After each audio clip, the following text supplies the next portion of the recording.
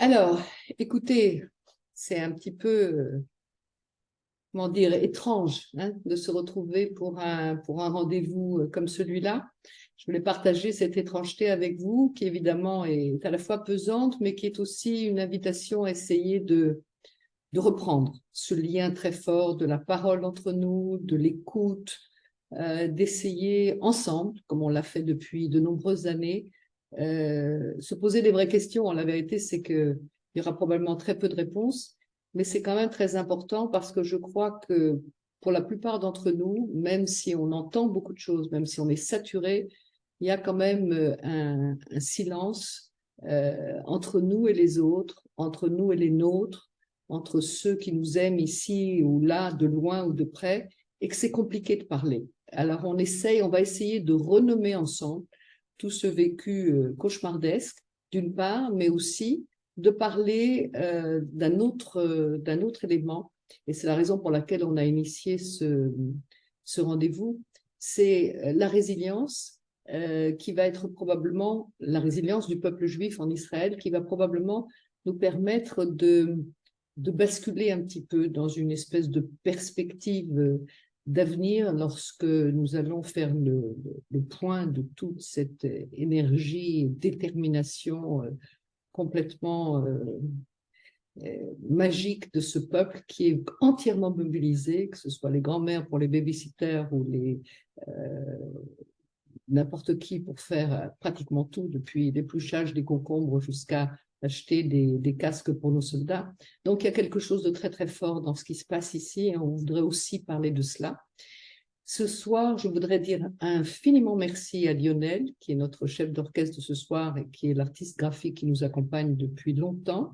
Je voudrais remercier mes deux collaboratrices, Sabine et Anaya, qui ont fait tout pour que ce rendez-vous existe, étant donné que nous avons repoussé notre grande conférence du 19 novembre pour faire en sorte... Je suis toujours là? Oui? Oui? Je suis toujours là parce qu'il y a quelque chose d'autre qui est arrivé là. Lionel? Oui, oui, vous êtes toujours là, pas de problème. D'accord. Et donc le 19 novembre, nous avons été évidemment obligés de reculer notre événement pour le grand lancement du Centre de diplomatie internationale francophone. Et Dieu sait si on a besoin de diplomatie aujourd'hui. Et puis de nos conférenciers qui voulaient nous parler de démocratie. Imaginez un petit peu ce que ça devrait nous apporter lorsque nous reprendrons cela le 17 décembre prochain. Et j'espère qu'on pourra le faire dans des conditions qui nous permettront véritablement de nous ressaisir et de reprendre, encore une fois, ce lien, cette parole, cette envie d'être ensemble et de le formuler de telle sorte que nous y puisions à la fois de la force et de l'espoir, parce que c'est quand même très compliqué d'avoir vécu et de continuer aujourd'hui à se battre. Ce qui, pour des gens de ma génération, qui sont la deuxième génération de la Shoah, c'est presque un privilège de pouvoir se battre pour le destin d'Israël, mais ça fait quand même très, très mal. Donc, je voudrais vous inviter tous à participer, à écrire sur le chat toutes les questions qui vous viennent à l'esprit et que vous avez envie qu'on pose à nos intervenants. Je vais vous présenter nos 4 intervenants. Alors, le premier, c'est le professeur Denis Charbit. Vous savez qu'il est notre référent académique au campus francophone. C'est un homme pour qui on a respect, admiration. Il se trouve cette année loin, aux États-Unis. Et je lui disais tout à l'heure, un petit peu en aparté, que j'imagine que sa réaction à tout ce qui s'est passé ici doit être encore plus décuplée par les kilomètres qui nous séparent. Parce que nous, évidemment, ici, avec le vécu au jour le jour, chacun aide, on sort de chez soi, on peut embrasser quelqu'un qu'on aime, c'est différent. Et puis tout le monde se parle dans la rue parce que on a tous besoin d'échanger à un niveau extrêmement quotidien. Et lui, il est loin et il va nous donner le témoignage de ce que c'est qu'aujourd'hui l'Amérique pendant ce conflit, surtout dans les universités. Donc, ça va nous permettre un petit peu de comprendre et d'extrapoler ce conflit qui est le nôtre, puisque personne n'a l'air de comprendre qu'on n'est pas en guerre avec les Palestiniens, mais seulement avec le bras terroriste de l'Iran. Est-ce que là-bas, on le comprend? La deuxième conférencière que nous avons la joie d'accueillir ce soir, c'est le professeur Sarah Feinberg, qui est chercheur, qui est une spécialiste, une experte des conflits internationaux, qui a écrit énormément d'analyses et de rapports sur les différents conflits du monde. Et elle est aujourd'hui profondément engagée dans une démarche qui est très importante sur le plan moral et pas seulement. C'est une démarche pour essayer d'amener en justice pour crimes de guerre et crimes contre l'humanité tous ces terroristes. Il y a d'autres initiatives, mais je pense qu'elle vous en parlera. Et je vous remercie, Sarah, d'être avec nous ce soir, surtout qu'en plus, vous êtes membre d'Elnet, donc ça me facilite le lien avec Arié Bensemoun. Alors, Arié Bensemoun, c'est le directeur d'Elnet France. Elnet, c'est l'EPAC pro-européen pour Israël. Alors, je vais vous dire très franchement, je ne sais même pas comment le définir parce que c'est un guerrier, il est un petit peu fou. Dès le premier jour, il est venu avec Bernard-Henri Lévy, et puis le lendemain, une délégation de députés français, et puis le surlendemain, des Anglais, et puis le surlendemain, des journalistes, pour véritablement essayer de porter la vérité. Il est sur tous les médias, sur tous les plateaux, pour essayer de vraiment, avec une force et une énergie formidable. C'est une goutte d'eau, parce que cette haine qu'on constate aujourd'hui, c'est épouvantable, mais il le fait avec une énergie, une détermination digne des plus grands soldats d'Israël. Alors merci Arié d'être avec nous. Et puis finalement, nous aurons la joie d'entendre quelqu'un pour qui j'ai beaucoup d'affection parce qu'il a été mon professeur pendant de nombreuses années en philosophie juive. Et puis, il a ce qu'on appelle une manière à lui de regarder les choses et de les décrire et de peut-être faire en sorte qu'on puisse être inspiré par sa sagesse et son atypisme de pensée, un grand féministe, le rabbin Daniel Epstein. Alors, à vous tous, je vous souhaite un bon moment pour être avec nous tous ensemble, pour se parler, pour écouter, pour poser des questions et pour faire en sorte qu'on puisse retrouver ce lien qui nous est si cher et si précieux, d'être à la fois connectés, ensemble, se battant pour la même cause. Et aujourd'hui, c'est évidemment plus fort que jamais. Je vais demander à Denis, cher Denis, tu voudrais bien commencer?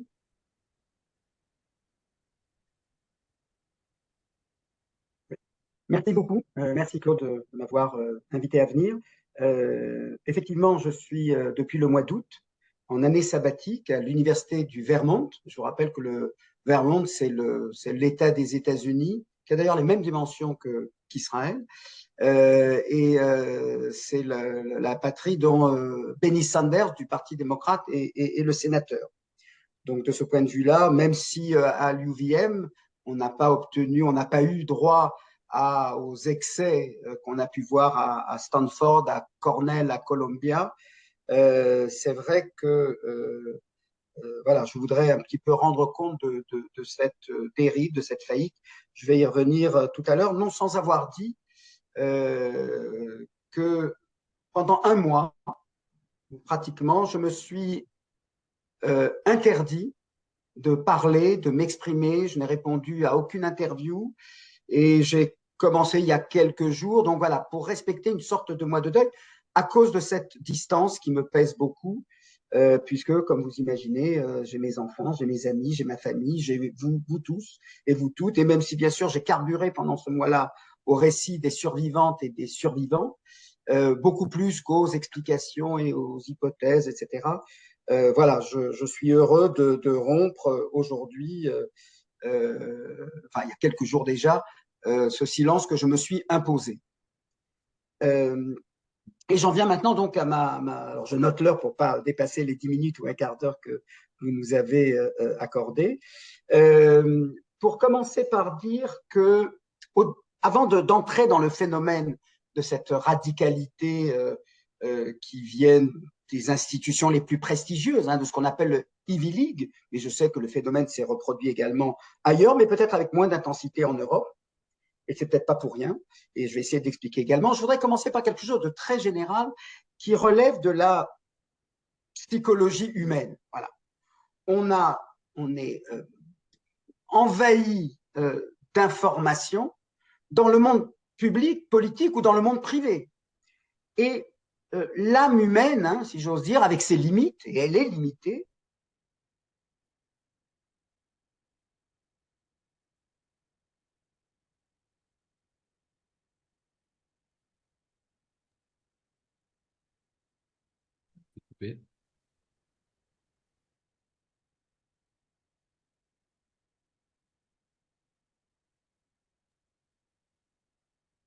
Denis, tu es déconnecté.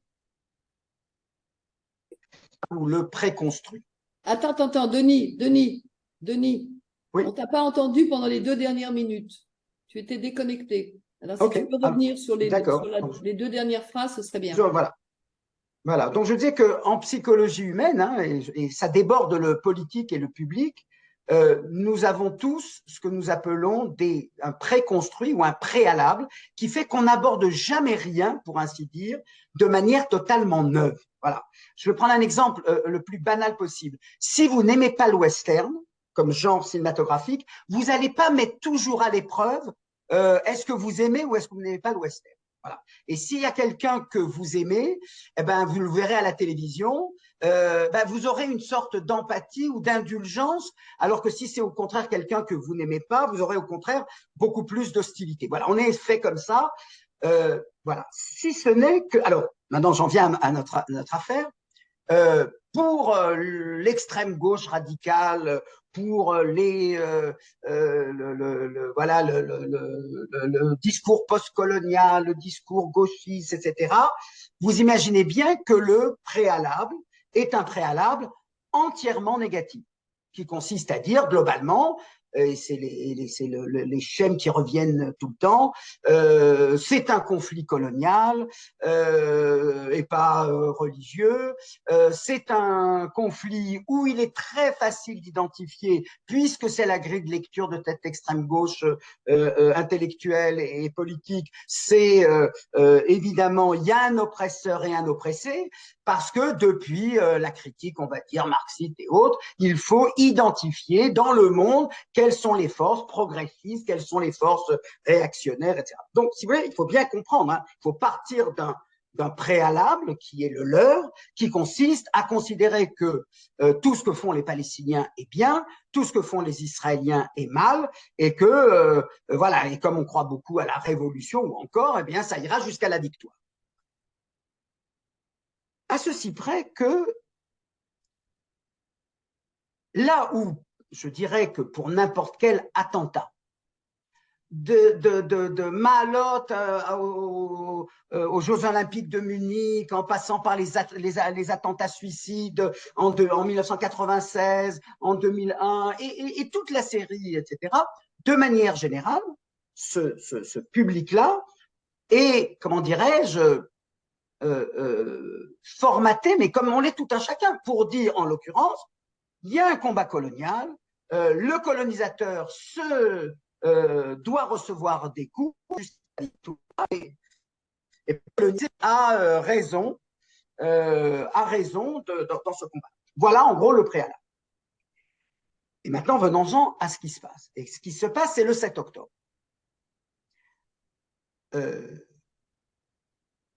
Toute âme bien construite, toute âme bien formée, même indifférente à l'histoire du conflit israélo-arabe et israélo-palestinien, ne peut pas, avec un minimum de bonne foi, ne pas reconnaître qu'il y a là quelque chose qui fait événement. Alors, événement, je sais bien qu'en français, à cause de la manière dont longtemps on a parlé, non pas de la guerre d'Algérie, mais des événements d'Algérie, on considère que le mot événement, c'est une sorte d'euphémisme, c'est pour atténuer. Mais si on revient à l'étymologie même du mot événement, un événement, c'est quelque chose qui fait irruption dans le cours paisible de l'histoire. C'est quelque chose qui n'est pas habituel. Et donc là où, dans la logique des attentats, ou même de la réaction israélienne, on est dans une sorte de répétition du même. Encore une fois, tout homme de bonne foi, toute femme de bonne foi, même étrangère au conflit, si elle s'est informée ce jour-là et dans les jours qui suivent, ne peuvent pas ne pas avoir dit là, il y a événement, c'est-à-dire il y a rupture. Il y a quelque chose qui est un au-delà du vocabulaire, de la grammaire classique entre Israël, le Hamas, Israël, les Palestiniens, etc. Et l'attente, n'est-ce pas, qui a été en tout cas la mienne, mais je pense de beaucoup d'entre nous, c'est de se dire, là, pour le coup, face aux révélations qu'on a et du nombre, mais surtout des cruautés, des férocités, des viols, des décapitations, des brûlés vifs, il va se passer quelque chose qui va susciter une réaction un peu différente. Puisque j'en ai parlé au tout début, si j'ai refusé de parler, c'est pas seulement parce que je suis aux États-Unis actuellement pour quelque temps, mais c'est parce que j'ai souhaité ne pas absorber l'événement, ne pas me précipiter sur un micro, sur un clavier pour dire « je vous l'avais bien dit », mais pour essayer de me faire, d'être habité par l'événement, d'être absorbé par l'événement et de garder, voilà, et de lire notamment essentiellement, je dis pas exclusivement, mais essentiellement des récits de survivants. Pour dire, il faut que l'événement me bouge, me modifie quelque chose. Autrement, ça s'appelle de l'instrumentalisation. On prend l'événement, on dit « Ah, je vous l'avais bien dit, je vais reprendre exactement ce que je pensais la veille, le 6 octobre, et je vais vous le ressortir le 7, le 8 et le 9. » Et là où le défi était sans doute le plus intéressant, c'était précisément cette extrême gauche radicale et intellectuelle dans les campus universitaires, celle qui, voilà, de manière générale, a cette lecture coloniale. Il y a l'oppresseur, l'opprimé, l'oppresseur, et tout rentre, et cette violence-là est légitime, et vous connaissez l'argument qui a été employé dès la guerre d'Algérie, donnez-moi des avions, je ne tuerai pas des civils. Voilà comment, des années durant, en Israël comme dans d'autres situations, c'est comme ça que voilà le discours, encore une fois, préconstruit, formaté. Et donc on s'attendait, on était en droit de s'attendre à ce que par rapport à un événement qui fait rupture, qui n'est pas, c'est pas 300 soldats qui ont été abattus à la frontière de Gaza, avec des otages pour pouvoir les échanger contre les prisonniers palestiniens. En quel cas on aurait dit, bon, ben, ça rentre dans le cadre d'un rapport de force politique qui, pour le coup, tourne un peu à l'avantage du Hamas, puisqu'ils ont des otages et qu'ils ont tué 300 ou 400 soldats. Non, non, là, il y a les civils, mais des civils, la lutte palestinienne en est plein, du Fatah jusqu'au Hamas. Non, non, il y a plus que ça, c'est effectivement, je ne vais pas refaire la litanie de ce qui… Qu'est-ce qu'on a fait une fois qu'on les a tués ou juste, ne serait-ce que cette suspension qui a duré des heures entre la vie et la mort. Et là où on était en droit de s'attendre, parce que même si on est dogmatique, il y a bien là un événement, maintenant je reprends, vous avez compris pourquoi j'ai fait cette introduction sur la psychologie humaine, il arrive parfois que si on vous dit ben, votre meilleur ami a assassiné, là il y a une dissonance, il y a un truc qui ne va pas, et on réagit autrement. Un autre exemple là pour le coup de notre conflit, j'essaie d'être très pédagogique, vous le savez Claude, Sadat arrive en Israël, il annonce son initiative 4 ans après la guerre du Kippour, la première action c'est de dire non, non, non, il y a quelque chose qui ne va pas, il y a une trop grosse contradiction. Et là donc, on se dit, ok, on connaît le schéma, oppresseur, oppresseur, on n'a pas d'avion, donc on tue des civils, mais là il y a un événement qui objectivement dépasse tout, qui nous fait toucher à l'inhumain, au mal absolu, comme si on pouvait presque le toucher du doigt. Et là, de quoi on se rend compte? Que la réaction est identique. La réaction ne varie pas d'un iota. C'est ce que j'appelais tout à l'heure de se faire secouer par l'événement. L'événement ne les trouble pas. Et là, je dirais qu'il y a deux choses. Je m'avance vers la conclusion. Premièrement, nous avons là ce qui est toujours quelque chose à laquelle il y a un paradoxe énorme, c'est que les institutions universitaires qui sont là pour faire douter, pour critiquer, eh bien là, on est dans une sorte de dogmatisme absolu où comment dirais-je, la grandeur, la suprématie du concept l'emporte sur l'humain, la chair, le vif, et rien, et tout ça s'écroule pour maintenir intact. Et j'ajouterais, puisque je termine dans une minute ou deux, donc non seulement vous avez quelque chose qui reste, mais de glace, de marbre, de fer, rien ne pénètre, rien n'est secoué, rien n'est bouleversé, ne serait-ce qu'en tant soit peu. On aurait pu espérer que quelqu'un dise de ces groupes-là, attendez, là, il s'est passé quelque chose, stop, je considère toujours, je mets des guillemets, Israël comme État apartheid, mais là j'ai besoin de prendre un peu de recul, je dois réfléchir, il s'est passé quelque chose voilà, on a parlé du pogrom, on n'a pas. Et non, donc on a donc la suprématie du concept qui reste intangible malgré ce que l'événement dépasse par rapport à tout ce que nous avons connu dans l'histoire des massacres de part et d'autre de ce conflit israélo-arabe et israélo-palestinien. Ça n'a rien à voir ni avec Sabra et Shatila, ni avec Der Yassin, ni avec la BD, enfin tout, de quelque sorte. Là, il y a quelque chose qui est en dehors. Et la deuxième chose, c'est, et c'est ça aussi qui était absolument énorme, c'est non seulement donc le côté imperturbable, rien n'a été modifié, et qui montre donc cette sorte de spirale infernale d'enfermement dans des catégories plaquées sur un conflit qui peut-être en partie peut l'expliquer, mais certainement pas complètement et certainement pas face à un tel événement. Et la deuxième chose, c'est effectivement la manière dont s'est diffusé un slogan qui a pris subitement une résonance énorme, qui est devenu le slogan complémentaire de ce refus-là de changer quoi que ce soit au narratif, et qui est en général, ce type de slogan est indicatif d'une solution. Et là où pendant un demi-siècle, c'était solution à deux États, et dans l'extrême gauche radicale, c'est assez vite venu sur l'idée de l'État binational. Là, on est passé à un cran supérieur, puisque c'est bien entendu plus la solution à deux États, mais ça faisait déjà au moins 20-30 ans qu'il ne l'invoquait plus. Ce n'était même plus l'État binational, qui est censé bien dire qu'il y a une nation palestinienne et qu'il y a une nation juive. C'est pour ça que ça s'appelle binational, même si on la rejette, entendons bien ce que dit cette... Donc c'est une solution dans laquelle juifs et arabes finissent par coexister. On appelait ça dans les années 70 la Palestine démocratique et laïque. Et là, c'est en anglais, puisque je suis aux États-Unis, mais je pense que vous devez avoir la traduction en français dans les manifestations en France. Free Palestine, libérer la Palestine, de la rivière à la mer, from the river to the sea. Et là, on comprend, et là, on voit bien que ce n'est plus une recommandation, mais une injonction, et que surtout, cela veut dire que c'est un projet. Voilà, on est revenu en quelque sorte aux Juifs à la mer, alors par un euphémisme. C'est vrai que ce n'est pas les Juifs à la mer explicitement, mais ça revient absolument au même. Puisque ce n'est pas libérer la Palestine de l'occupation, ce n'est pas libérer la Palestine de l'oppression, ce n'est pas libérer des sionistes. Oui.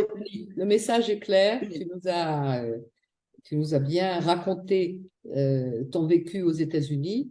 Moi, j'ai quand même vu Biden, Blinken et quelques autres, y compris dans les médias américains, verser des larmes et être suffisamment bouleversés pour prendre des décisions extrêmement efficaces et relativement historiques par rapport au soutien à Israël. Donc, on en parlera après. Je vais donner la parole à Sarah. Merci de ton intervention.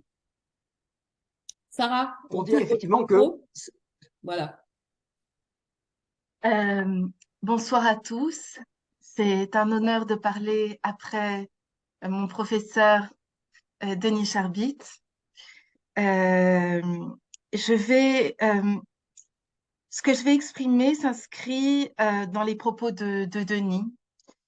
Je voudrais tout d'abord commencer par des entretiens qui m'ont extrêmement frappée, qui sont des entretiens de survivants de la Shoah habitant à Be'eri et dont les enfants ont été massacrés par le Hamas et les civils palestiniens. Et ces entretiens sont disponibles sont publiés sur la chaîne Enshtem Esrei en Israël. J'espère qu'ils seront traduits en France et dans d'autres pays. Mais les voix que nous entendons sont très poignantes. Il y avait l'histoire de cette femme âgée de 85 ans, dont le fils a été tué, une survivante de la Shoah, et qui nous dit « Ce qui est arrivé, c'est une Shoah.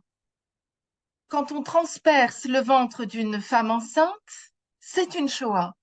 Quand on brûle un bébé vivant, c'est une Shoah. » Effectivement, pour toute personne qui s'est rendue à Be'eri, comme j'ai pu le faire avec des délégations d'Elnet il y a peu de temps, il est difficile de contester ce propos. Et d'autres survivants, dont les enfants ou un fils a été tué, en l'occurrence, disent non, ce n'est pas une Shoah, parce que la Shoah, c'était toutes les heures, tous les jours, tous les mois, pendant 5 ans. Et il n'y avait pas d'armée, évidemment. Alors pourquoi je dis ça? Parce que se pose la question, comme l'a dit Denis, dans quelle histoire inscrire ce crime? Comment le qualifier historiquement, politiquement, juridiquement? Selon quel référentiel? Quand on est sur place, on se rend compte que les terroristes du Hamas et le Erev Rav, les centaines de civils palestiniens qui ont participé à ce massacre, en fait, ils étaient dans une forme de concurrence meurtrière, empruntant au mode opérationnel des Einsatzgruppen, empruntant au mode opérationnel de Daesh, empruntant au mode opérationnel de Wagner, et le tout devant être filmé sur des caméras GoPro, c'est ce que j'appelle le pogrom TikTok, en temps réel. Ils ont joué évidemment sur la sidération mémorielle, parce que nous tous, je pense que tous les auditeurs, ont le sentiment de revivre une catastrophe qui a déjà eu lieu. Ils ont joué sur cet ébranlement intérieur, sur cette réactivation mémorielle que ces images ont produite en nous. On pense aux martyrs de Rabbi Akiva, on pense au pogrom de Khmelnytsky, on pense au pogrom de Kishinev, on pense aux bébés, aux cervelles éclatées de Cracovie, du ghetto de Cracovie en 1943. J'étais à Supernova, je n'ai pas pu penser au site de massacre de masse et de la Shoah par balle que j'ai pu investir en Ukraine encore le mois dernier. Alors se pose la question de la qualification des crimes et elle est importante. Pourquoi? Nous en avons parlé avec Aryeh Ben-Semoun et avec l'organisation Elnet qui est très impliquée dans cette question. Elle est importante parce que peut-être pour la première fois dans l'histoire du XXe siècle et du XXIe siècle, et là je reprends ce que dit Denis, peut-être sous un autre angle, nous sommes dans un phénomène de négation instantanée d'un crime contre l'humanité.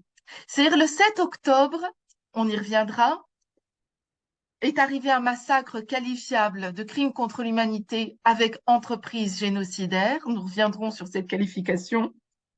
Le 8 octobre, ce crime était déjà oublié, absent, relativisé, nié. Les images étaient remises en question. Qu'est-ce que c'est que cette histoire de bébé égorgé, brûlé? On a été très très vite dans une forme de dilution, d'engloutissement du crime dans Gaza. Et cet engloutissement, évidemment, s'est inscrit dans une logique de dos à dos qu'on connaît très bien. C'est-à-dire, certes, c'est pas très chouette de faire des attentats, mais Israël commet des crimes de guerre, voire des crimes contre l'humanité. Et donc, finalement, c'est de bonne guerre. Le cran au-dessus, dont a parlé Denis, est un cran qui est très, très prégnant dans les discours. C'est finalement ce massacre, c'est vrai que c'est pas très recommandable, mais il répond à 75 ans d'occupation Et finalement, la seule solution, c'est la solution à deux États. On nous sort cette carte, le poker de la solution à deux États, comme si elle avait un quelconque lien logique avec ce qui s'est passé le 7 octobre. Ce qui relève, à mon sens, d'un blasphème, d'un scandale. Il n'y a pas de lien entre ce qui s'est passé le 7 octobre, et j'invite chaque personne de bonne foi à sentir l'odeur de l'école maternelle du kibbutz de Be'eri et la solution à deux États. Ça, c'est très important. Donc, on est dans une logique de dos à dos, en plus fallacieuse, mensongère. Les fausses informations abondent, mais on est pire que ça. On est dans une logique encore plus fallacieuse. On est à 2 jours ou 3 jours de cette fameuse manifestation contre l'antisémitisme, organisée par la merveilleuse Yael Braun-Pivet et Gérard Larcher. Et c'est une initiative très importante.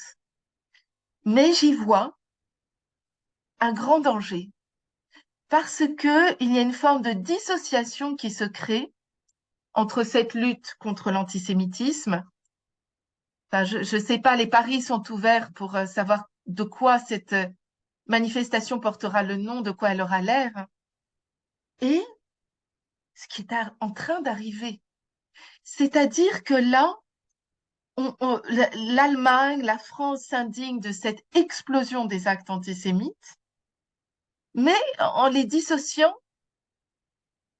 du plus grand crime, du plus grand massacre que le peuple juif ait connu depuis la Seconde Guerre mondiale, et en réalité du plus grand crime qui a été commis depuis le 11 septembre et le Darfour. On est comme si les deux n'étaient pas liés. Ils en parlent en termes d'importation du conflit israélo-palestinien. C'est toujours ça. La solution à deux États, l'importation, ce sont des termes écrans qui n'ont rien à voir avec ce qui est en train de se passer. Et c'est très, très grave. C'est très, très grave à mon sens. C'est-à-dire que cette lutte contre l'antisémitisme est un écran pour en réalité recouvrir ce crime du 7 octobre et nous lancer cette question de la pause humanitaire et de la solution à deux États. Mais la petite Abigail de 3 ans, dont les 2 parents ont été massacrés sous ses yeux, qui est sous un tunnel à Gaza, est-ce qu'elle a été tuée pour la solution des deux États? Est-ce que la solution des deux États va la sauver? De quoi parle-t-on? De quoi parle-t-on? Nous sommes dans une forme d'excusisme qui relève d'une condescendance postcoloniale à l'égard du peuple palestinien et qui révèle toute la complexité et je dirais la perversion du rapport aux Juifs aujourd'hui en Europe. On pourra en reparler. Donc on est dans cette logique d'illusion. Je pose la question très ouvertement. Je ne suis pas une femme associée à l'extrême droite pour tous ceux qui me connaissent. Je crois qu'en Israël, c'est très, très difficile de repenser en termes de solution à deux États. Je vais vous dire pourquoi. Premièrement, parce que les Palestiniens se taisent. Les musulmans se taisent en Europe. Et je connais des Arabes israéliens extraordinaires qui sont très, très engagés. Ça, c'est vrai. Ça, c'est vrai. Mais ce mutisme-là, on l'oubliera jamais. On l'oubliera jamais, ce silence assourdissant. On l'oubliera jamais. Et aussi, j'ai été à Be'eri, et en plus des 3000, et à Kfar Aza, et à Sderot, et à Nova, et à Netivot, ces rues étaient investies de civils palestiniens. Investis, qui ont violé, qui ont pillé, qui ont tué. Donc il y a là, c'est plus complexe, on peut pas dire on condamne le Hamas, mais on est dans quelque chose d'extrêmement complexe. Il faut surtout, nous qui essayons de prendre, maintenant est venu le temps du combat, il faut surtout investir cette complexité jusqu'au bout. et nous départir de tous ces schémas de pensée que nous avions, solution à deux États, on combat le Hamas, pas les autres. Je dis pas ça pour suggérer un discours d'extrême droite. Ceux qui connaissent mon histoire et mes écrits le savent très bien. Je dis ça pour ne pas fuir cette complexité. Parce que la fuir, nous allons perdre cette bataille. Alors, Sarah, alors, oui, non, je vais au cœur du débat maintenant. Je voudrais vous interrompre juste une seconde parce qu'on avait très, très envie de savoir où en était votre démarche. Ouais.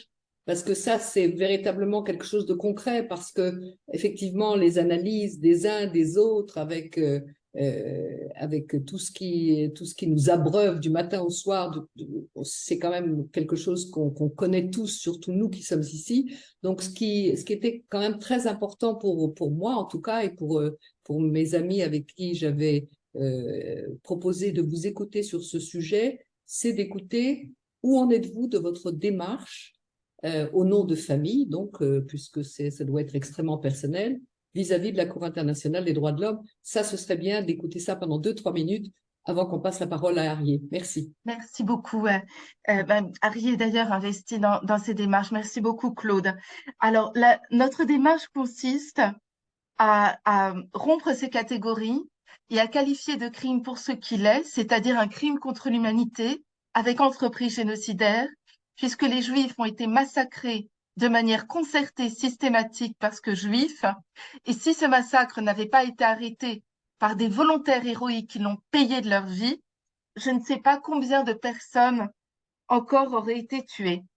Dans cette perspective-là, nous avons écrit une tribune, signée d'ailleurs par Arié dans le Monde, signée par Raphaël Antoven, Alain Finkielkraut, des grands noms, appelant le gouvernement français à le reconnaître comme un crime contre l'humanité. Nous avons également lancé une pétition qui va apparaître sur le chat, que je vous invite à signer pour condamner ces crimes comme un crime contre l'humanité avec entreprise génocidaire, et nous expliquons notre raisonnement. Et nous avons fondé aujourd'hui, avec l'éditeur David Reinhardt, un collectif que nous avons appelé le collectif Vladimir Yankelevitch pour la reconnaissance des massacres du 7 octobre comme crimes contre l'humanité avec entreprise génocidaire.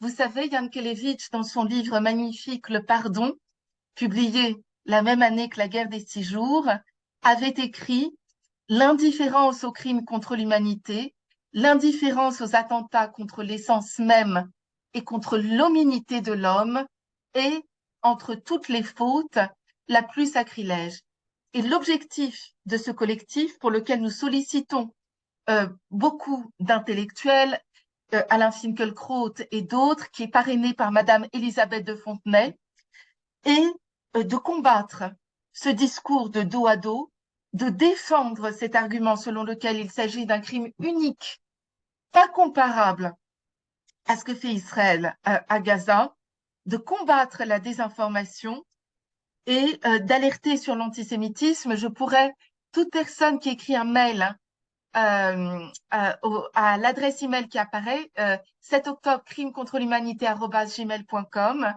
peut nous laisser son prénom, son nom et ses fonctions si elle souhaite se joindre à notre collectif, et recevra notre site email avec nos actions que nous lançons à la fois dans le domaine médiatique, politique et juridique, puisque nous travaillons avec des avocats, parmi lesquels Nathanaël Meister, Alain Jakubowicz, Ilana Soskin, Françoise Imray et d'autres, qui défendent des victimes franco-israéliennes de ce crime contre l'humanité avec entreprise génocidaire.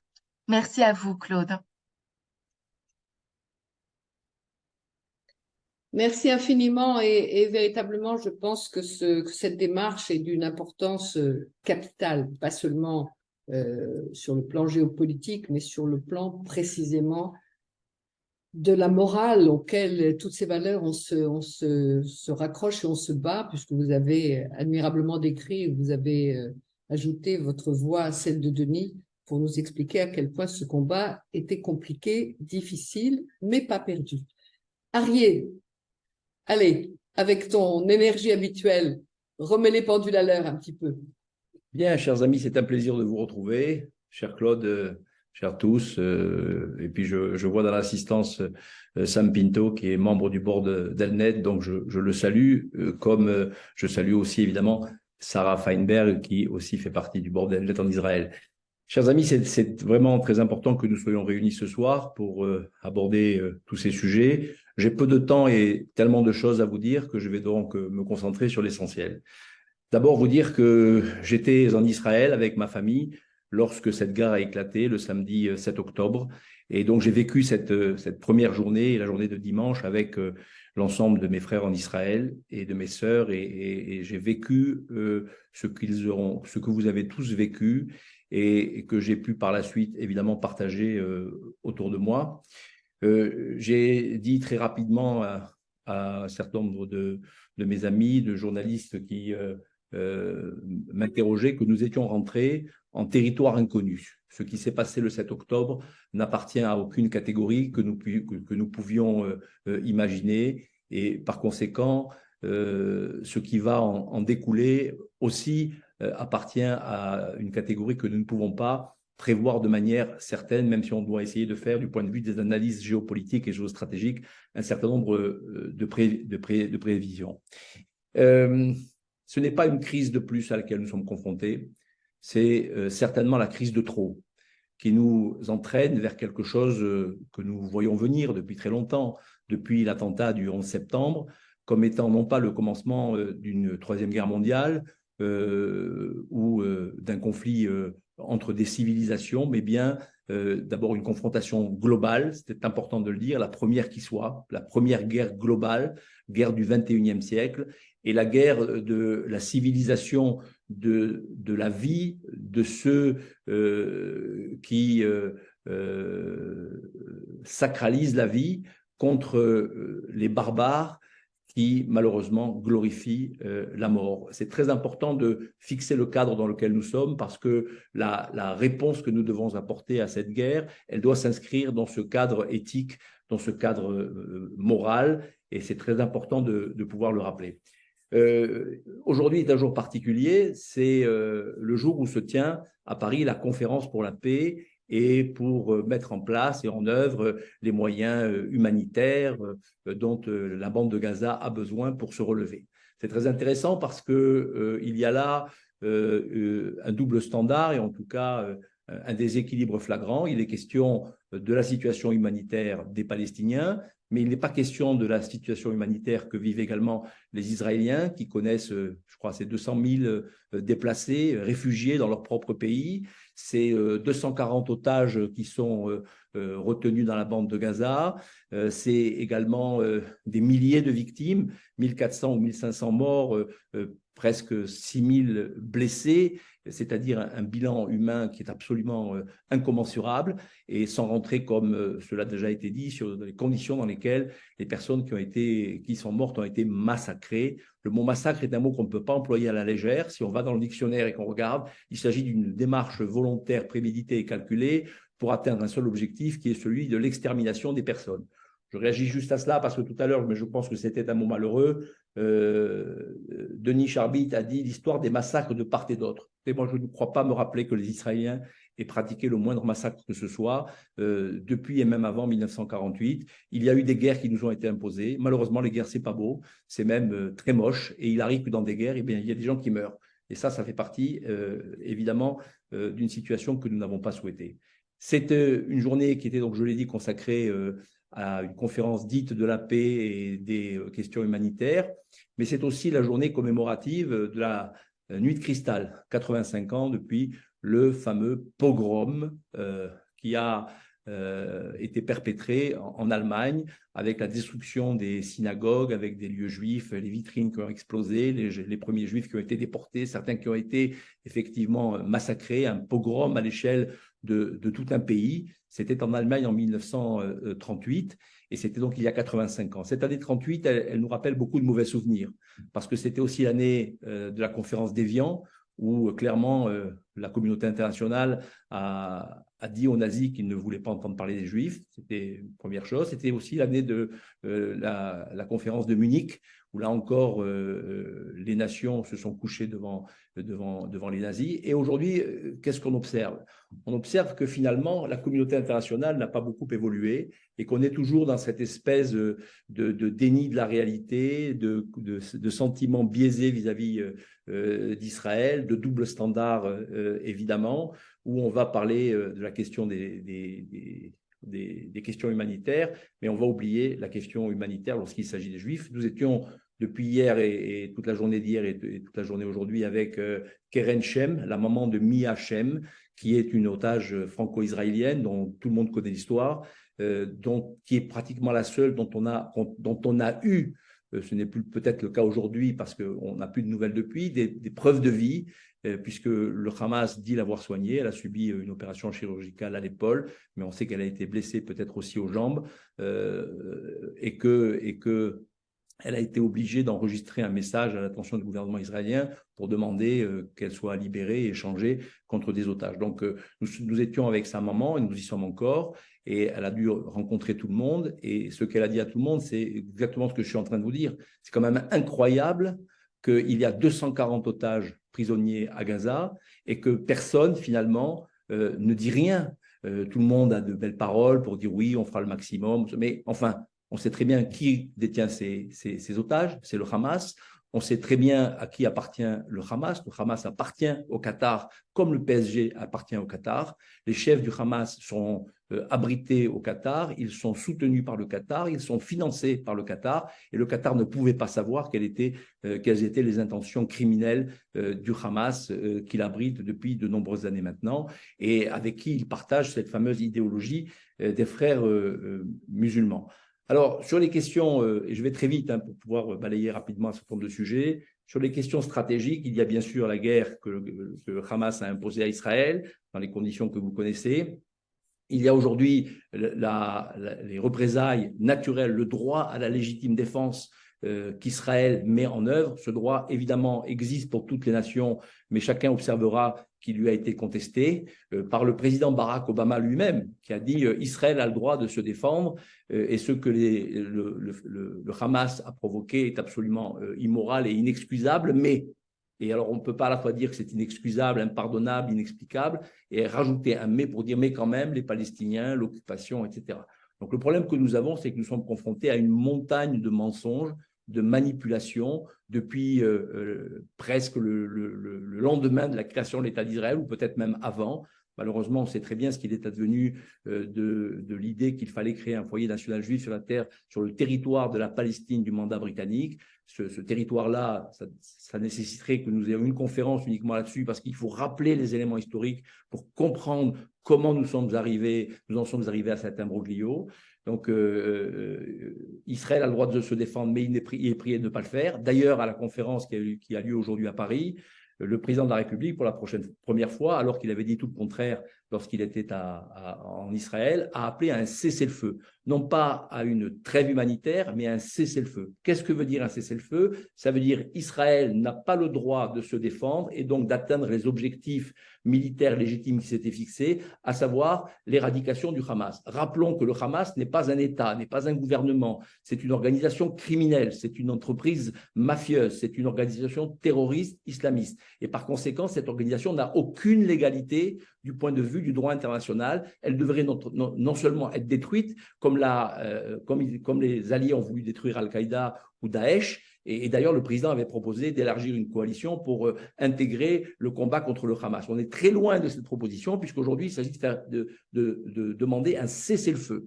Ce cessez-le-feu veut dire qu'on veut sauver le Hamas. Sauver le Hamas, ça veut dire empêcher toute solution politique pour l'avenir du Moyen-Orient dans les 10 ou 15 prochaines années. C'est abandonner l'idée que l'on peut sauver peut-être, si encore c'est possible, lorsque Mahmoud Abbas sera parti, une autorité palestinienne qui puisse tenir la route avec laquelle on pourra négocier, parce que la solution à deux États ou tout autre projet ne pourra voir le jour que s'il y a véritablement un partenaire en face qui veut cette solution à deux États. Or, on nous bassine en permanence par les aspirations légitimes du peuple palestinien. Mais c'est un propos qui est complètement déconnecté de la réalité. La communauté internationale veut une solution à deux États. parce qu'elle a encore, pour tout un tas de mauvaises raisons, des comptes à régler avec probablement Israël et le peuple juif. Il y a une nécessité absolue de faire la paix avec les Arabes et de trouver une solution avec les Palestiniens. C'est ce à quoi, avec Elnet, nous sommes totalement dédiés. Nous sommes des gens qui voulons regarder la complexité, comme l'a dit tout à l'heure Sarah, avec beaucoup d'attention pour y introduire de l'intelligence, de la subtilité, de la créativité, parce que nous voulons, du plus profond de notre être et de notre âme, la paix. Mais il faut bien le constater, si les accords d'Oslo ont généré beaucoup d'espoir, ils ont été un échec cuisant, d'abord parce que, et il faut le dire, et je suis prêt à tenir le débat avec qui le voudra, en documentant chacun de mes propos, les Palestiniens, depuis Yasser Arafat, n'ont jamais voulu une solution à deux États. Ils ont toujours privilégié une solution par étapes pour détruire Israël, et je pourrais vous en parler pendant des heures, et je pourrais me confronter avec les meilleurs experts sur le sujet qui pourraient avoir envie de me contredire ou de dire simplement le contraire de ce que je dis. Donc, pour arriver très vite à la conclusion de mon propos, je voudrais vous dire que ce qui va se passer maintenant est quelque chose que nous avons du mal à imaginer, parce qu'il y a trop de mensonges qu'il faut d'abord essayer de régler. Le mensonge, comme je viens de le dire, de la solution à deux États. Les seuls qui en veulent, c'est la communauté internationale. Et j'ai posé un certain nombre de questions à des ministres importants ou à des parlementaires et à des députés. Vous parlez d'aspirations légitimes. D'abord, quelles sont ces aspirations? Et on verra après si elles sont légitimes ou si elles ne sont pas légitimes. Je mets au défi qui que ce soit de trouver dans les paroles de Yasser Arafat, dans les paroles de Mahmoud Abbas, dans les écrits de l'autorité palestinienne, dans les livres d'école, dans le fonctionnement des médias, dans les prêches qui sont dans les mosquées, dans l'éducation des enfants. Je mets au défi qui que ce soit de trouver la moindre mention, la moindre référence à quelque chose qui peut s'appeler la paix, la normalisation, la coexistence pacifique avec les Israéliens. Ça n'existe pas, et aussi loin que la mémoire se porte, vous n'en trouverez pas. Dès le lendemain quasiment de la signature des accords d'Oslo, déjà Yasser Arafat donnait le ton, et par la suite, les choses ont continué. C'est pas qu'il n'y a pas eu d'essai, les gens disent depuis les accords d'Oslo, rien n'a été fait, mais tout a été fait. Toutes les propositions ont été mises sur la table, que ce soit avec Ehud Barak, que ce soit avec Ehud Olmert, que ce soit avec John Kerry, sous toutes les latitudes et de toutes les manières possibles et imaginables. Et à chaque fois, la réponse fut la même. La réponse ça a toujours été non, parce que les Palestiniens se refusent à toute négociation qui conduirait à la signature de la fin du conflit, puisque l'objectif final, et ça a été dit tout à l'heure par Denis, « From the river to the sea, Palestine will be free », c'est un propos génocidaire, ça veut dire qu'il n'y a pas de place pour Israël, il n'y a pas de place pour les Juifs, on va les jeter à la mer, et comme je le dis, ça peut faire rigoler, mais c'est la réalité, c'est pas pour leur apprendre à nager, mais c'est pour les noyer. Et cette idée, non seulement elle n'a jamais cessé d'exister, mais qu'elle maintenant, elle s'affirme publiquement dans toutes les manifestations, sur tous les sites, dans toutes les paroles officielles de tous les Palestiniens, qu'ils soient du Hamas ou qu'ils soient du Fatah. Chers amis, je termine avec ça pour vous dire que la suite n'est pas pour demain matin. Il faut en finir avec le Hamas à Gaza. Nous ne sommes pas sûrs que les Israéliens auront le temps d'atteindre cet objectif, parce que côté américain aussi, ça pourrait tanguer un petit peu, mais disons que pour l'instant, les choses se passent du point de vue militaire aussi bien que possible. Du point de vue humanitaire, on nous bassine du matin au soir avec les chiffres du Hamas. On nous dit le ministère de la Santé de la bande de Gaza qui est tenu par le Hamas, qui sont des criminels et des menteurs. Ils manipulent tous les chiffres.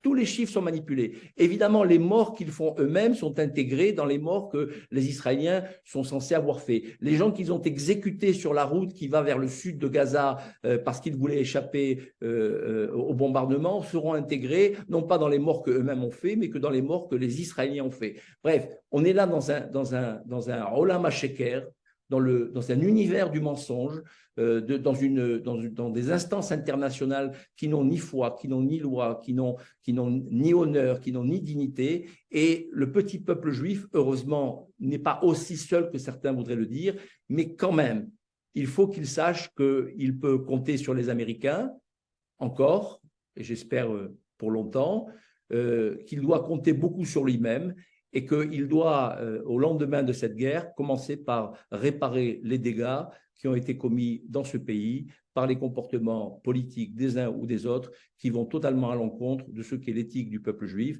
l'éthique et la morale du peuple juif et l'intérêt d'Israël. Merci de votre attention. Merci, cher Arié. On a beaucoup de points communs dans l'ADN de résilience et de combativité. Et puis, je crois aujourd'hui pouvoir, en tout cas, vous donner un petit peu un témoignage israélien.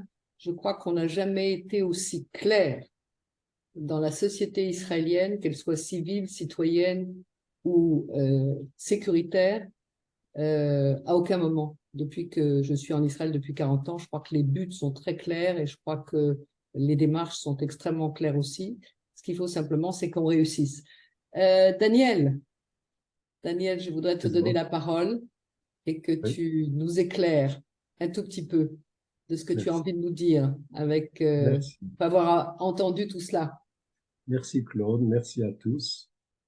La brève réflexion que je vais vous proposer va aborder les choses sous un angle différent, c'est-à-dire ni politique, ni militaire, ni juridique.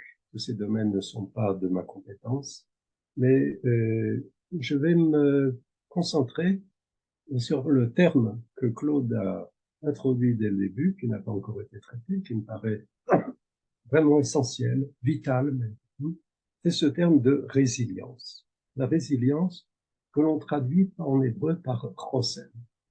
C'est une forme de force, mais quelque chose de très différent de la force physique. La force physique. On pense en général que la résilience signifie tenir bon, se ressaisir après un choc. Et nous sommes encore dans la sidération, sous le choc, encore dans cette période de deuil, après ce qui nous a véritablement écrasé, on pourrait dire. Donc, ça c'est la définition, je dirais, superficielle de la résilience. Il me semble que nous sommes, en participant à ce qui se passe maintenant en Israël et en observant ce qui se passe, il me semble que nous sommes dans une toute autre démarche, beaucoup plus fondamentale, qui signifierait non pas se ressaisir après un choc, après un traumatisme majeur, mais se reconstruire, littéralement se reconstruire, se réinventer. Rav Epstein, est-ce que vous pourriez parler plus proche du micro parce qu'on ne vous entend pas bien? Ah, d'accord. Alors, je reprends le terme, je dis résilience ne signifie pas pour moi tout simplement tenir bon, ce qui est essentiel. C'est pas uniquement se défendre et se battre, ce que l'armée fait, ce qui est vital, mais il s'agit pour chacun de nous, je m'adresse à chacun de façon individuelle. Il s'agit de se réinventer. Je rejoins un petit peu ce qu'a dit Denis au début, lorsqu'il a dit qu'il faut se libérer des idées fixes qu'on avait avant le conflit, donc se réinventer. Et ça commence d'abord par un point qui est très douloureux pour nous. Parce qu'il faut quand même reconnaître, ça n'a pas été dit, je crois qu'il faut quand même le dire, même si c'est très pénible, il faut quand même reconnaître que ce qui s'est révélé, c'est notre fragilité, notre vulnérabilité. Nous avons été, en tout cas pour moi, qui suis venu de France il y a très longtemps, nous avons été les bénéficiaires de cette idée que l'État est toujours là pour nous protéger avec l'armée, avec tout l'appareil de l'État. Or, au moins pendant cette journée fatidique, et ça, je crois que Sarah l'a bien dit, que pendant cette journée fatidique, il y a eu un effondrement, une absence, une carence, je ne sais pas comment vous allez appeler ça, mais en tout cas une absence, à tout le moins, de l'appareil de l'État. Donc, que fait l'individu, que fait la personne face à cette carence? Il y a la terreur, il y a la peur, il y a ces nuits sans sommeil que l'on passe. J'entendais d'ailleurs un psychologue qui a dit si vous vous réveillez au milieu de la nuit, c'est normal. D'accord, je l'avais compris. C'est normal. Si vous avez envie tout à coup de voir les informations à 3 heures du matin, c'est tout à fait normal. Mais c'est effectivement l'effet de ce traumatisme qui se constitue. Donc, ce à quoi je pense beaucoup ces derniers temps, c'est la nécessité de porter un regard vers l'intérieur. L'appareil de l'État devra être reconstruit, il y aura des enquêtes, il y aura un travail qui devra être fait, il y aura des propositions qui seront faites, il y aura des bouleversements sociaux probables, justement, à cause de cette nécessité de reconstruire ce qui a été défaillant. Bon, mais ça, c'est pas mon propos maintenant. Mon propos, c'est ce que nous faisons entre-temps. Nous-mêmes, que devons-nous faire nous-mêmes? Comment se produit cette reconstruction de l'intérieur? Et là, je voudrais vous adresser deux témoins. Il y a deux témoins dont la parole est beaucoup plus forte, beaucoup plus profonde que tout ce que je pourrais dire en tant que moi-même, en tant qu'individu. Il y a une parole, Claude a dit, Daniel Epstein, grand féministe, j'accepte. Hein, j'enseigne dans des institutions pour femmes, féministes ou pas, on peut les appeler comme ça, mais en tout cas, à la fois des jeunes et des adultes. C'est pourquoi je fais entendre, j'ai toujours fait entendre ces dernières années, mais je le fais avec beaucoup plus d'insistance. Je fais entendre la parole d'une voix qui doit être entendue, celle d'Etty Hillesum. Je crois Daniel, oui. Une petite seconde. On veut vraiment écouter chaque parole. Alors fais un effort. Je sais que ta voix est... Oui, d'accord. Voilà. Rapproche-toi et me hurle ton message. Non, je ne peux pas hurler, c'est contraire à mon caractère. Non, mais rapproche-toi parce qu'on t'entend très mal. Oui, d'accord. Voilà. J'espère que vous m'entendez mieux maintenant. Oui. Est-ce que vous m'entendez mieux? Bon, alors je dis, je veux absolument donner la voix. Il y a deux témoins. C'est d'abord le témoignage d'Etty Hillesum, qui a été déportée à Auschwitz alors qu'elle avait 29 ans et qui a laissé un journal qui n'est pas simplement un journal qui nous raconte ce qu'elle a vécu sous l'occupation allemande, mais qui est une sorte de guide de vie. C'est un guide de vie dans des situations traumatiques comme la nôtre. Je crois qu'elle nous donne une leçon de vie extraordinaire. Lorsqu'elle dit, par exemple, elle converse avec Dieu. Et le Dieu d'Etty Hillesum, ce n'est pas le Tout-Puissant. C'est un Dieu qu'il faut protéger. C'est un Dieu qui est intérieur à nous-mêmes et qui nous connecte avec les autres, qui nous relie avec les autres. C'est cette part d'humanité indestructible que nous avons en nous-mêmes. Nous avons assisté, pendant le massacre et après le massacre, nous avons assisté à un effort incroyable de détruire non seulement notre corps, mais de détruire notre humanité, de nous déshumaniser avant, pendant et après le crime. Et c'est à cela qu'il faut réagir en tant qu'individu. Nous devons absolument, et je crois que chacun le fait un peu à sa façon, mais il faut en être conscient et ça doit être un effort de tous les instants. Il faut préserver cette part divine qui est en nous, qui est notre part d'humanité, notre conviction qu'on ne peut pas nous déshumaniser et que nous n'avons aucune intention de déshumaniser qui que ce soit, même au cours de la guerre. Il ne s'agit pas de déshumaniser. Et c'est ce que dit très bien Etty Hillesum. Elle le dit, je veux juste vous lire ces quelques lignes, lorsqu'elle dit « Oui, c'est vrai, nous sommes jugés à l'aune de nos ultimes valeurs humaines. » C'est à la fin du journal. Et elle nous dit lorsque j'évoque à part moi ce camp de Westerbork et toutes ses facettes, il s'agit d'un récit très subjectif. Je conçois qu'on puisse en faire un autre, plus habité par la haine, l'amertume et la révolte. Mais la révolte qui attend pour naître le moment où le malheur vous atteint personnellement n'a rien d'authentique, ne portera jamais de fruits. Et l'absence de haine n'implique pas nécessairement l'absence d'une élémentaire indignation morale. Vous voyez, elle fait une distinction, ça peut paraître subtil, mais c'est tout à fait fondamental, hein, entre l'indignation morale et même la colère finalement, que chacun ressent en fond de nous vis-à-vis de cette extraordinaire injustice qui a été faite, et en même temps de rejeter ce qui nous empoisonne l'âme. Vous voyez, c'est un peu cela. Et c'est ce témoignage d'Etty Hillesum qui a refusé jusqu'au bout d'être déshumanisée en elle-même, de nettoyer son espace intérieur et de préserver ce qui est pour nous le bien le plus précieux, l'amour de la vie. Non seulement le respect de la vie, mais l'amour de la vie, la joie de la vie.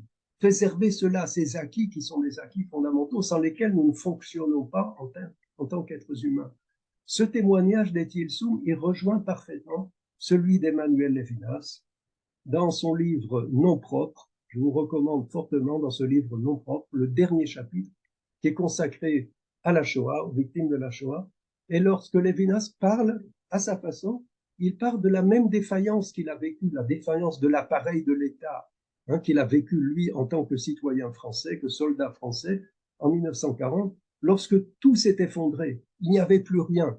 Et qu'est-ce qui reste quand il n'y a plus rien? Et Lévinas nous dit, quand il n'y a plus rien, il reste tout de même la personne humaine. Il reste cet espace intérieur, la vie intérieure, la vraie vie intérieure, qui est une vie qui n'est pas repliée sur elle-même. Je crois que le grand danger, précisément, en raison de notre anxiété, en raison de la peur, en raison de l'angoisse qui concerne l'avenir, et, je dirais, de la façon la plus forte, nos craintes pour le sort des captifs à Gaza, bon, tout cela risque finalement de porter atteinte aux forces vives qui sont en nous. Et c'est celle-là qu'il faut préserver.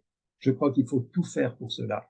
Préserver notre conviction que la vie humaine est au-dessus de tout et qu'il faut non seulement la défendre pour notre survie physique en tant qu'individu, en tant que peuple, mais la défendre en tant que porteur de ces valeurs. C'est ce que dit Ethel Soum lorsqu'elle dit « Nous serons jugés à l'aune de nos ultimes valeurs humaines ». Et puisque vous m'avez demandé de parler, en quelque sorte, en conclusion, je me permets de vous demander, avec moi, de vous joindre à moi pour dire ensemble cette prière que nous disons matin, après-midi et soir. Nous disons la prière, je vais vous la lire maintenant. Acheinu Beit Israël, Kol Beit Israël, nos frères, toute la maison d'Israël, Hanetunim Betsara ou Beshivia, qui sont pour l'heure actuelle, qui sont dans la plus grande détresse et qui sont captifs.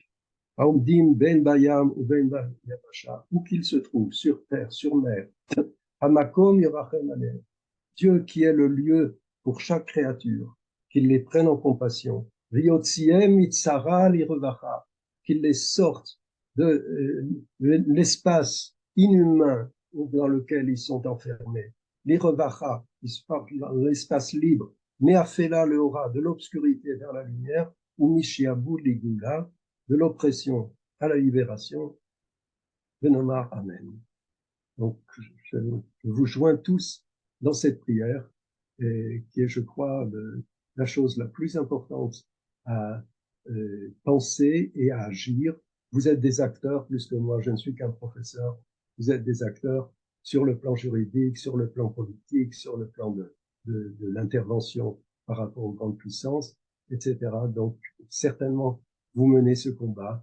Et pour moi, je le fais maintenant avec vous, sous la forme de cette prière.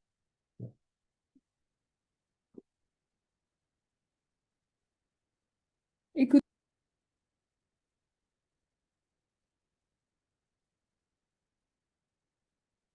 Je n'entends pas.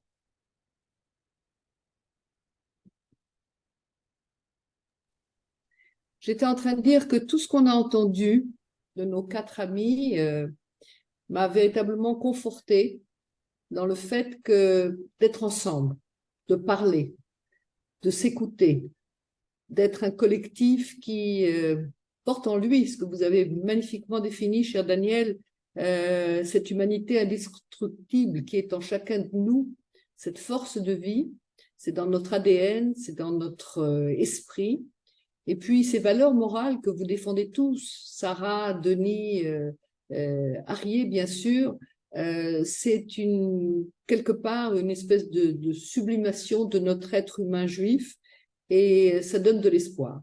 Alors, on ne va pas vraiment parler des lendemains, puisque plus rien ne sera véritablement comme avant, mais si l'un ou l'autre d'entre vous a envie d'intervenir, vous êtes le bienvenu, écrivez-le nous sur le chat, on vous donnera la parole. Sinon, on va demander à chacun de nos intervenants d'avoir la gentillesse de nous donner 2 ou 3 phrases de conclusion pour essayer, hein, je dis encore une fois, c'est avec tous les doutes qui vont avec cette invitation-là, de dessiner un petit peu cet après événement, cet après tremblement de terre que nous continuons à vivre. Il faut tenter. Alors, je tente. Denis, est-ce que tu as envie de nous dire quelques mots?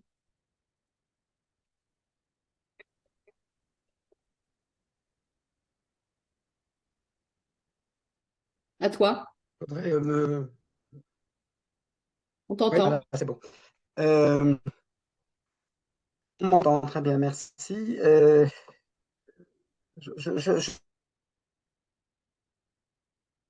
Bah, on tiens t'entend. beaucoup militaire, plus stratégique, et je vous m'entendez mal? On a un problème de connexion. Essaie de… On m'entend mal, donc. Je vais voir si je peux faire quelque chose, sinon je Non, ça va renoncerai. là. Non, non, ça C'est pas va, très ça très va. grave. Là, on t'entend. Bah, il faudrait quand même lui ouvrir son micro, Lionel. Ouvre le micro à Denis.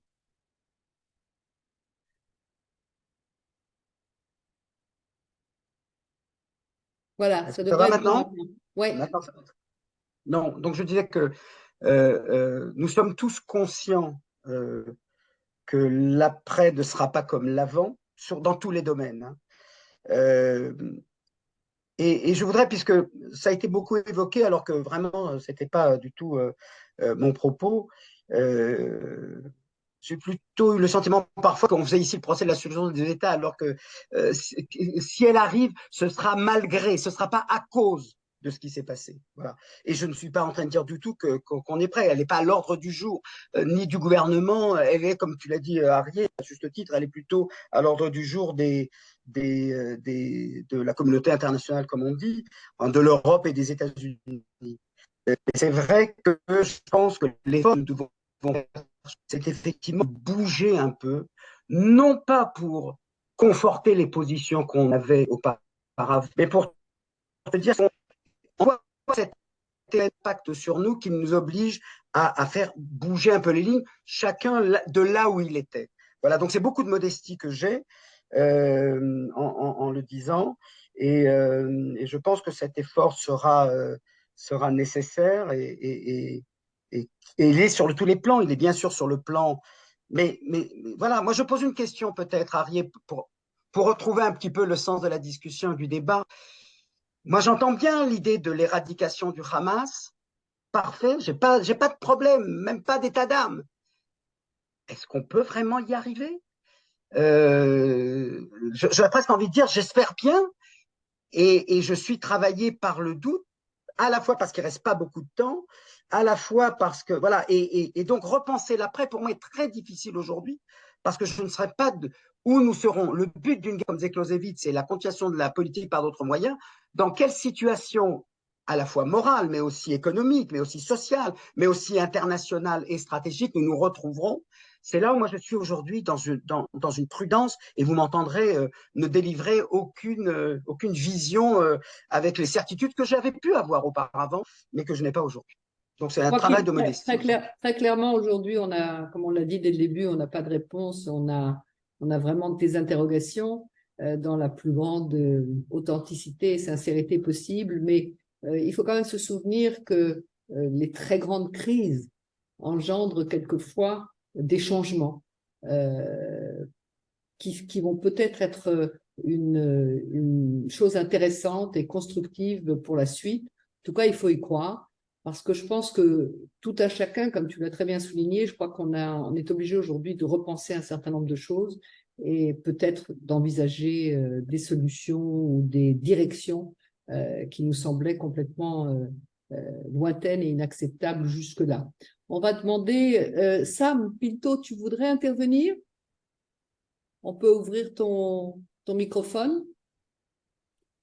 Lionel, Sam. Merci, tu es gentil. Je veux bien dire un mot parce que je crois que ce qu'a dit Daniel Stein est très important. Aujourd'hui en Israël, il y a d'abord avant tout un immense espoir de cette société civile qui a réagi et qui réagit tous les jours de manière extraordinaire. Moi, je le vois dans ce qu'on fait, nous, au niveau de Kol Israël Traverim, l'Alliance ici en Israël, dans l'éducation, mais dans beaucoup de domaines et aussi beaucoup d'amis.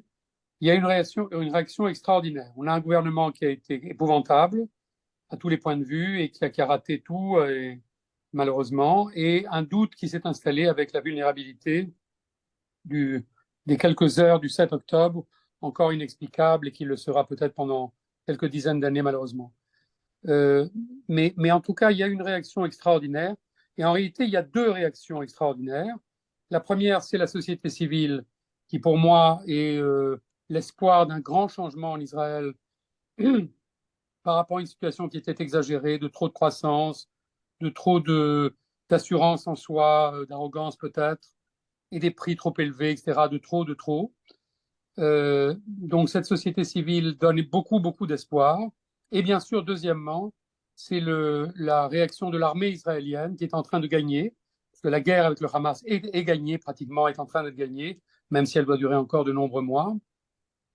Après tout, le Hezbollah, c'est jamais que 40 000, 30, 40, 50 000 soldats combattants, on les aura aussi, s'il le faut. J'espère que non, en réalité, je n'en suis même pas sûr. Le problème n'est plus là. L'Arabie saoudite, comme les autres pays des accords d'Abraham, sont toujours présents pour défendre la normalisation avec Israël, au moins au niveau des gouvernements. Donc tout ça donne un espoir, mais en particulier dans la société civile, et dans l'armée, qui est en train de faire des exploits extraordinaires, avec des soldats formidables.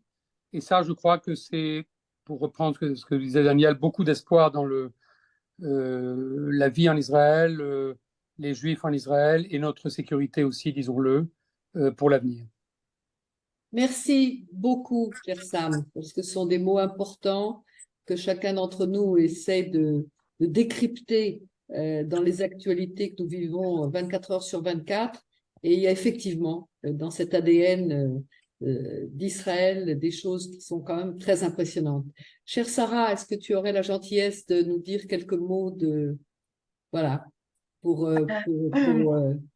alors, le premier, juste merci Claude, deux points. Le premier, c'est pour aller dans le sens de Denis. Moi aussi, j'ai des inquiétudes quant à la capacité d'Israël de détruire le Hamas. Et effectivement, l'armée marche à l'aveuglette. Et ça, il faut bien le comprendre. Ça va être une guerre qui va être longue. Et j'aurais aimé partager l'optimisme de Samuel Pinto, mais en réalité, on a une coalition entre l'Iran, la Russie, la Chine qui se cristallise à une vitesse éclair. Le Hezbollah, c'est un défi majeur pour Israël et pour le front intérieur. Et puis, les chancelleries européennes et américaines, le temps est compté. Donc, j'ai du mal à partager cet optimisme. On est effectivement, pour moi, la grande conclusion, c'est que paradoxalement, même si tous les chefs d'État sont venus et qu'ils ont pleuré ici, c'est plutôt la solitude d'Israël. Et c'est plutôt le sens de son autonomie stratégique qui doit être repensé, reconstruit sur tous les plans. Il en émerge quand même une force extraordinaire qui impressionne, à la fois à l'intérieur et à la fois à l'extérieur. On va demander, Arié est toujours avec nous? Il a été obligé de partir?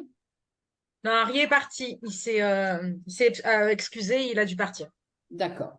Alors, on va juste demander à Daniel. Claude, Oui. si je peux une dernière petite chose partager avec vous dans le sens que disait le Rav Epstein.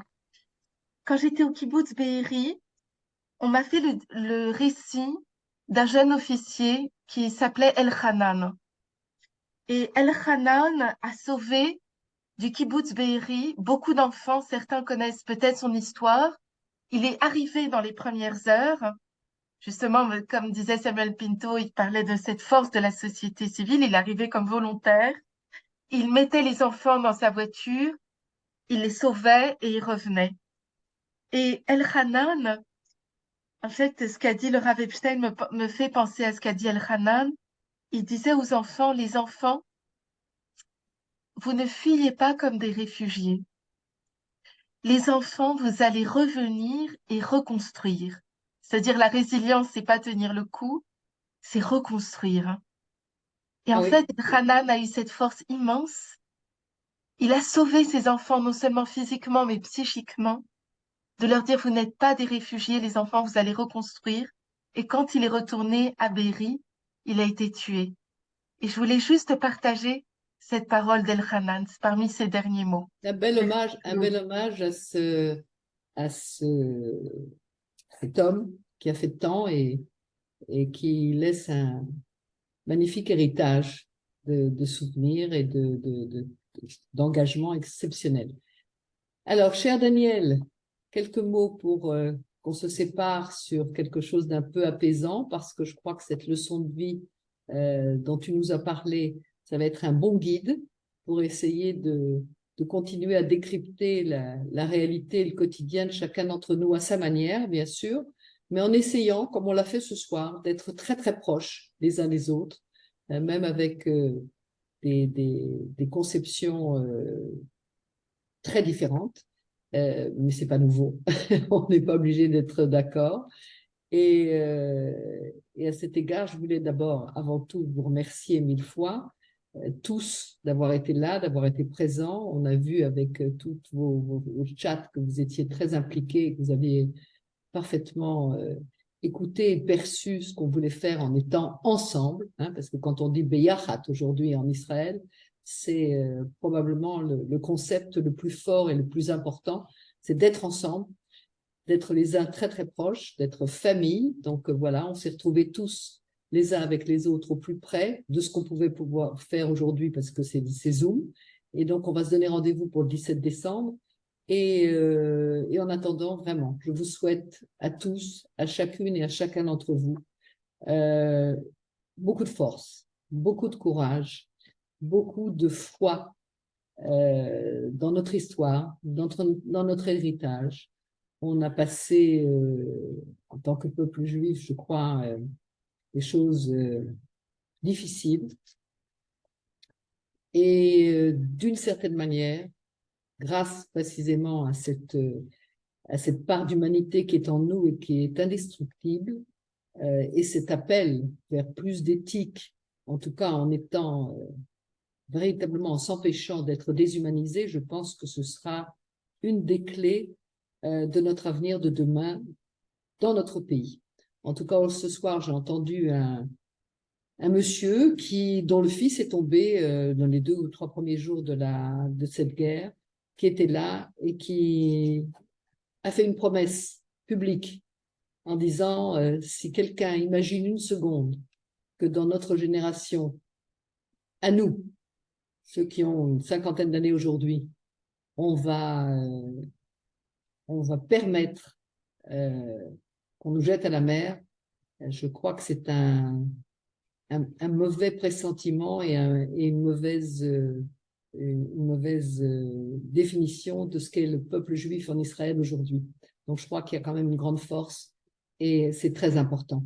Alors, cher Daniel, je voudrais te dire véritablement merci infiniment d'avoir évoqué à la fois Lévinas et Eti. C'était très important de t'écouter. Et si tu as quelque chose à ajouter, Oui. tu es le bienvenu. Sinon, on se sépare. Merci Claude. C'est extrêmement difficile de comprendre l'histoire lorsqu'elle est en train de se faire. Mais il y a 3 choses qui émergent de tous vos propos. De tout ce que j'ai pu penser à ce propos, c'est ces 3 mots, c'est courage, responsabilité et solidarité. C'est ce qui est en train de se produire, c'est ce qui nous donne des forces. Courage, responsabilité et solidarité. Chacun de ces termes est complémentaire et ça forme finalement la possibilité de, non pas tellement de savoir ce qui va se produire, mais d'être mieux armé pour affronter les difficultés qui sont encore très graves. En tout cas, merci pour cet échange. Bon, on va se quitter là-dessus, sur ce guide important, courage, responsabilité et solidarité. Vraiment, je vous souhaite à chacun et à chacune d'entre vous d'avoir la possibilité de nous contacter comme vous le voulez, de contacter nos conférenciers qui font des choses, qui vont se joindre à vos groupes et à vos collectifs respectifs, parce qu'on a tous envie de faire plus, en dehors de d'éplucher les concombres et de garder les enfants et d'acheter des pare-balles de céramique.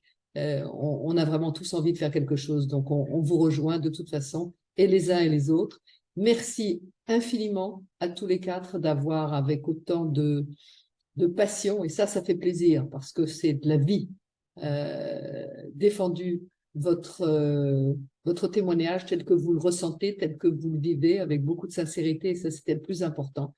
Et je vous souhaite à tous, véritablement pas de la sérénité parce que c'est pas possible, mais véritablement de continuer à ouvrir les portes